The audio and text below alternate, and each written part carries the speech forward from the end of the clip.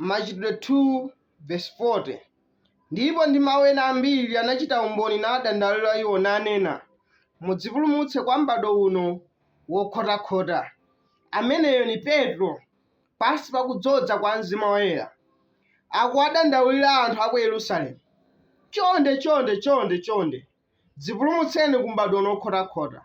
Ndikhulupirira kuti Petro amene akadakhala kuti ali pano abwezi atatichondera kwambiri kuti chonde dzipulumutseni ku m'bado uno wokhotakhota.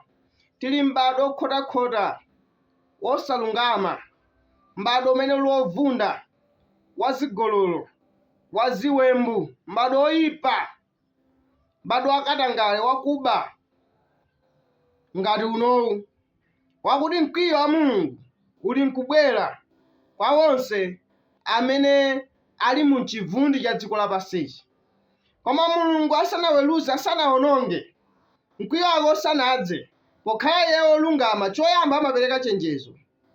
Chifukwa chake akuchenjezani, chifukwa chake akudandaulira iweyo woonera panopa kuti chonde dzipulumutse ku m'bado uno wokhotakhota, chifukwa Mulungu amakukonda, safuna iwe ulandire nawo mkwiyo wake.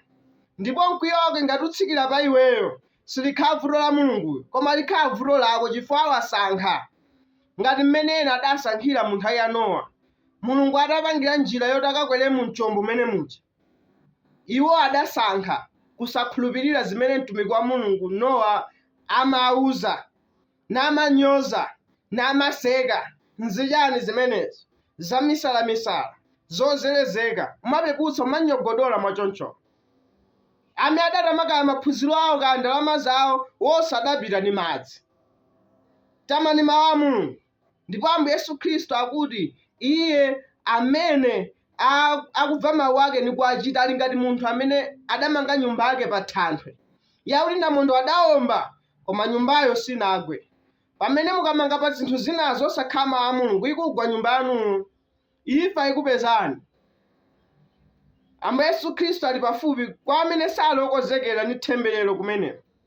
Ndiye tiye tikhale okonzeka, tiye tilandireni ubatizo wa Mzimu Woyera, tiye tichokeni ku nyasi za tchimo izi, tifunika tilape ndi kubatizidwa mu dzina la Ambuye Yesu Khristu, kuloza chikhulupiriro cha machimo, ndipo tilandire ubatizo wa Mzimu Woyera.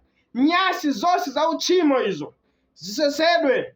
Pamenepo mukhala malo otetezeka mu chombo chimenechi chimene thupi la Ambuye Yesu Khristu, malo okhala amene ali otetezeka mu nthenga za Yehova zimenezi, ku mkwiyo wa Mulungu umene uli mkudza. Dzipulumutseni ku m'bado uno wokhotakhota. Ambuye akudalitse.